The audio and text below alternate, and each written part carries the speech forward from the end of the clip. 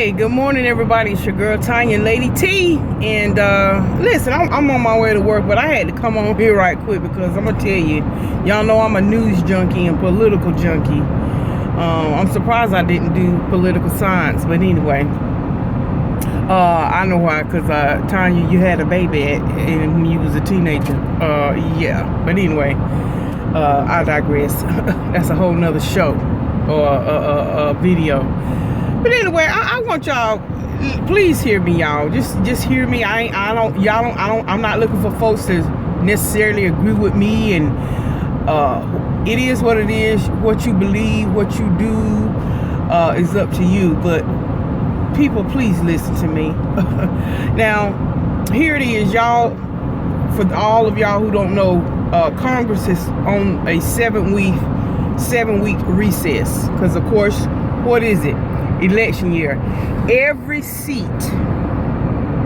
in the Senate and the House, and of course for the presidency, is up for re-election. So what are they doing? They're out campaigning, protecting their own interest. Okay, but here it is now. We've got 40 cases reported of active duty members and or their spouses who are infected with the Ezekiel virus. And for those who don't know what the Ezekiel virus is, it's a virus that's carried by a mosquito. And this mosquito is very detrimental if you're bitten and you're pregnant. Major birth defects will come upon these children. And I don't know if you've watched any documentaries or anything like that, but it's out there. So now here it is, they're on vacation, or excuse me, not vacation, but they are on a 7-week hiatus, if you will, recess. And that's another sidebar. Go out there on the government website and look at how often they work. Now, I have to work every day, except for on the weekends I'm off. But look how many recesses them jokers take within a year's time. Anyway, I digress. But I came on to say, okay, now here it is again. Their own recess. They did not give. Now, they care so much about the military. They care so much about the well-being of their troops.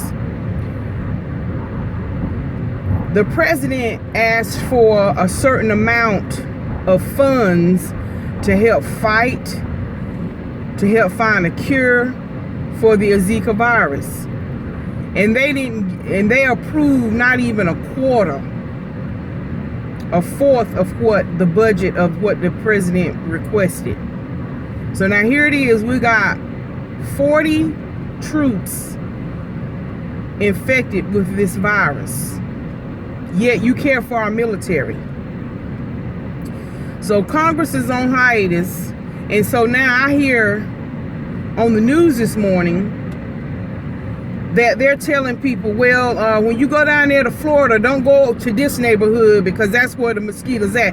Okay, first of all, when I hear reports like that, it makes me angry because you're insulting my intelligence. And some people that are not conscientious of what's being said, they're not listening with a third ear. Oh yeah. So, okay, now we got hood mosquitoes. So, okay, so now we got mosquitoes that's got electronic ankle bracelets that when they get to Wayne Avenue, they stop. Oh, can't go on that street. Are you kidding me? Are you kidding me? Are you trying to tell the American people that they shouldn't go into a certain neighborhood because that's where the Ezekiel mosquitoes are? Since when does a mosquito know what neighborhood they're in? Since when does a mosquito know when they're on this street or that block? Come on, people, please.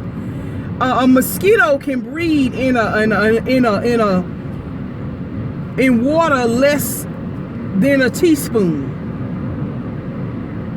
Mosquitoes are known to breed on any standing water. A puddle, a teaspoon, a pin drop.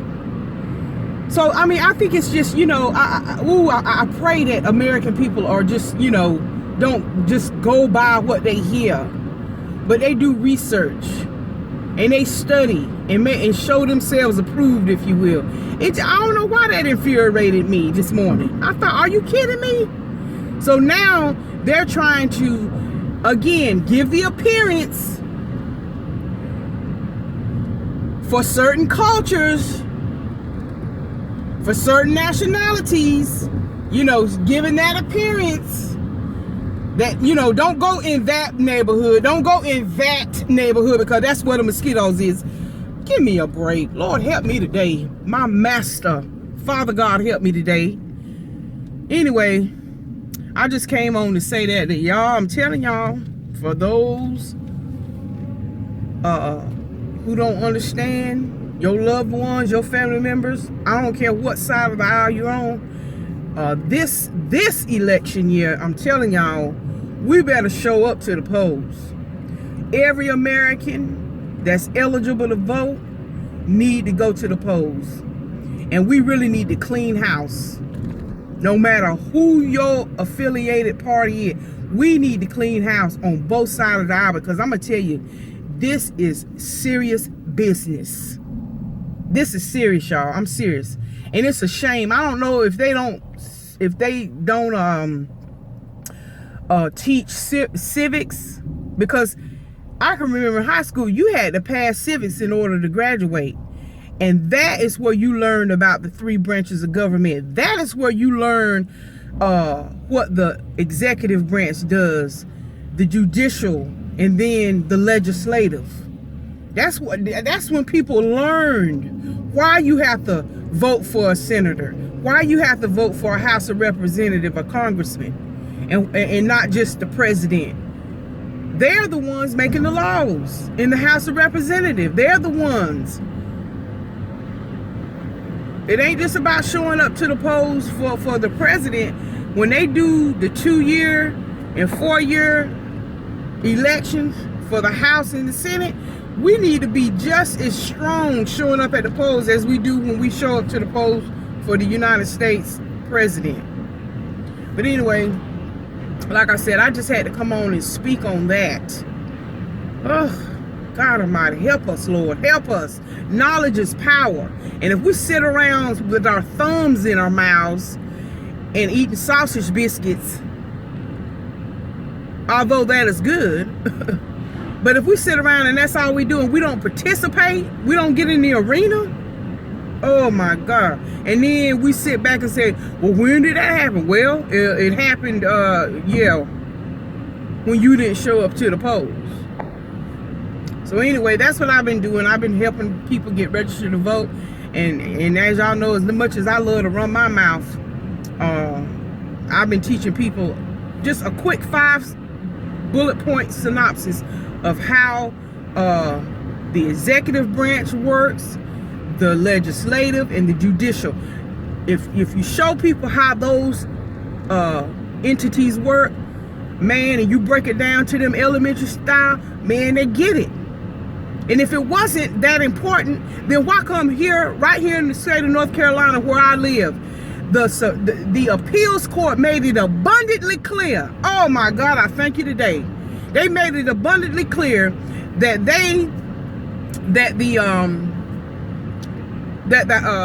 the legislative branch here in North Carolina, they, with surgical precision, is what the one of the briefings for one of the judges on the appellate court. Now this is a conservative appellate court, said that they with surgical precision tried to thwart the ability for minorities to vote.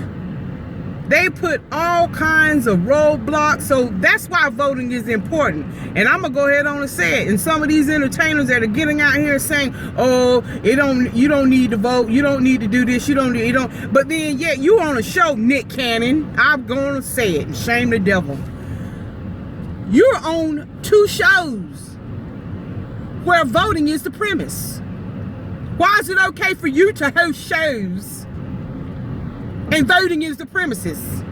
America's Got Talented and that Wildin' Out show and some other show that you're doing that you handpick somebody being your assistant.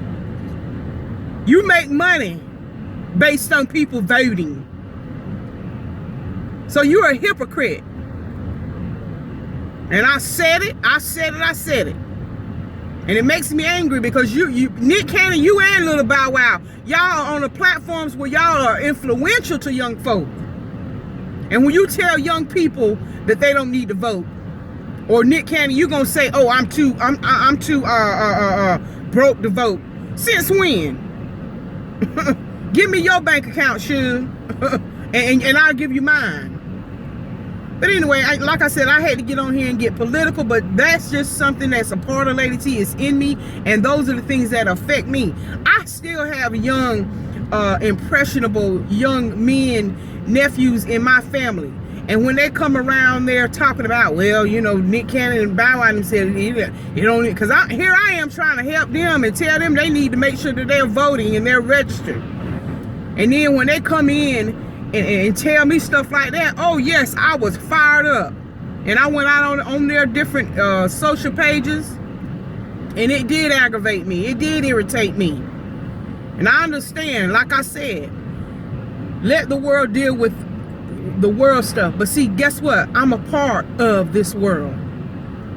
And Jesus himself was political. Very political. So, you know, if he tells us to pray for those who are in authority over us, well, daggone, I need to make sure that I know who's laboring among me. I have a say-so as to, and I have a right to choose who's going to labor among me and labor on my behalf. And that includes the political process. Now, that's just my opinion. I understand a lot of people have their own opinion on that. That's just my opinion, and that is where I, you know, that's what me and myself and I do.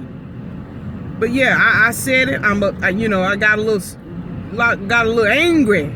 But like the Lord said, be angry but sin not.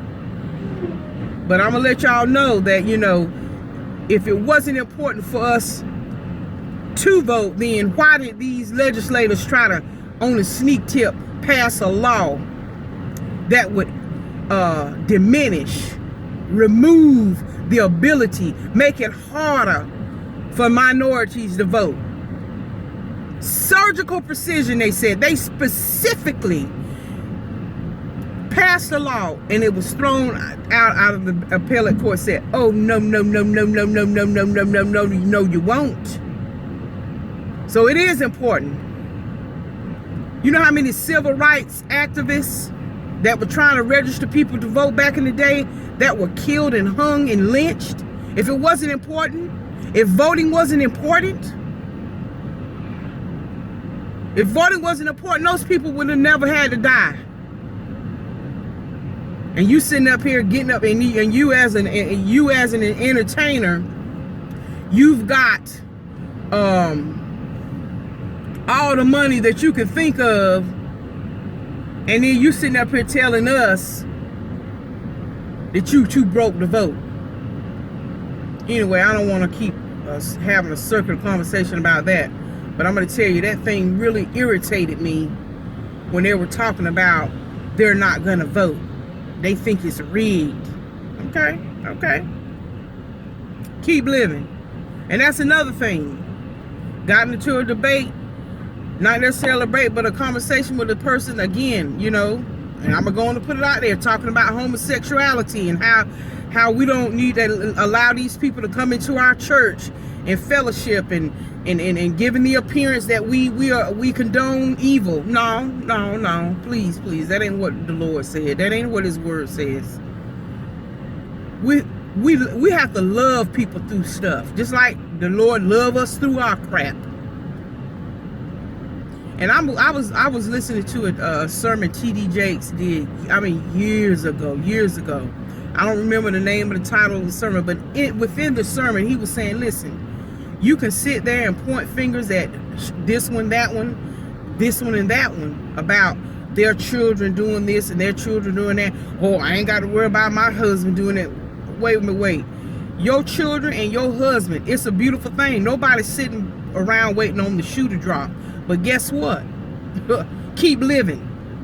Your child, your spouse, everybody in your family may never cause you a day's worry, problem, issues, crisis, any of that. Beautiful. That's wonderful. But for the rest of us, somebody say the rest of us, keep living. Your perfect Johnny Boy and Sally Sue, yeah, they will lift your skirt one day. Trust and believe. You saying, oh, my daughter is this and my son is that and this and that and the other. Oh yeah, that might be the truth, and we praise God for it. But keep living. Stop pointing your finger at other folk and what they're doing. Because guess what? That 11-year-old granddaughter that you love so well and dear, guess what?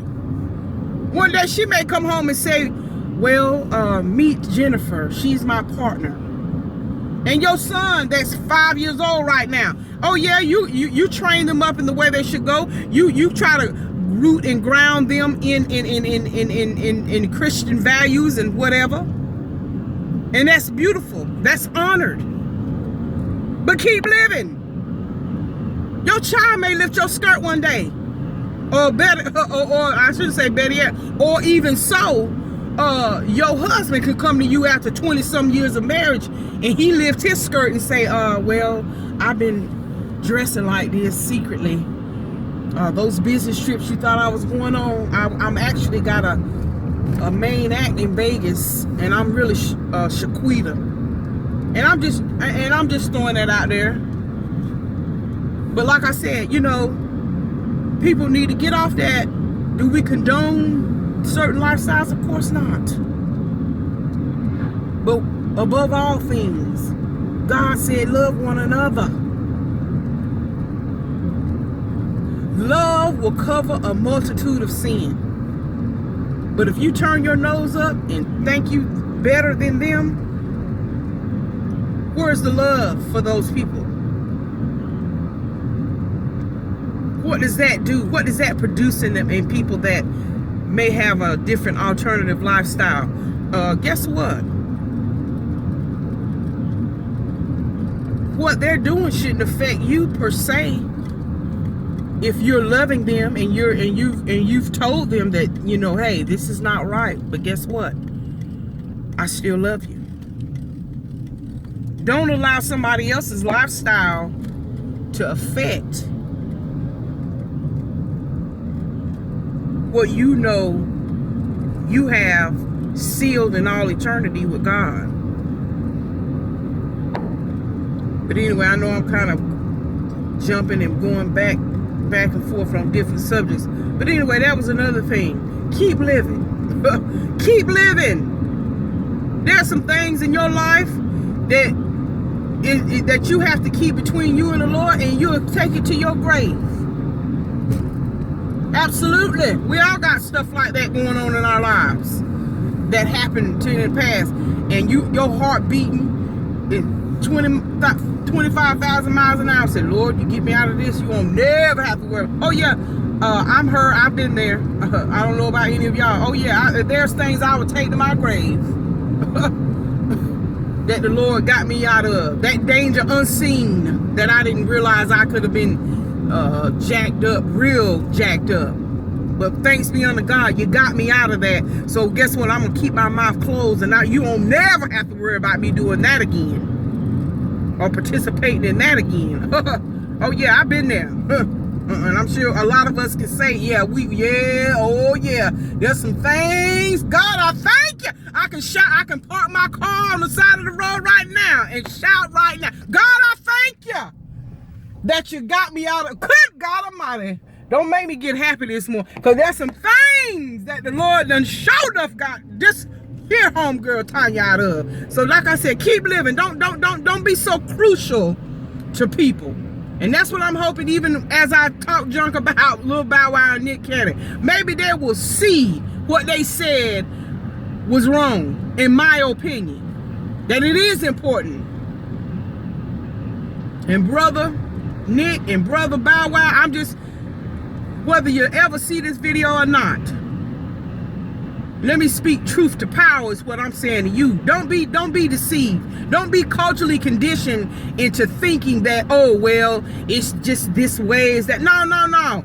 Too many people before us got out there and hit the pavement so that we would have rights, so that we would have a say, so that we could participate in the different laws that are being made. Not to be always against us, but laws created that are for us. My God. Anyway, let me get off that tip. Anyway, I'm about at work, so let me calm down. That was good to me. I was about to shout, y'all. But anyway, y'all keep living, and just remember, there is not a respecter of persons when it comes to certain things that can happen in your life. Sin is sin. But anyway, may God bless you, and may the peace of the Lord be with you. Y'all have a good day. It's hump day.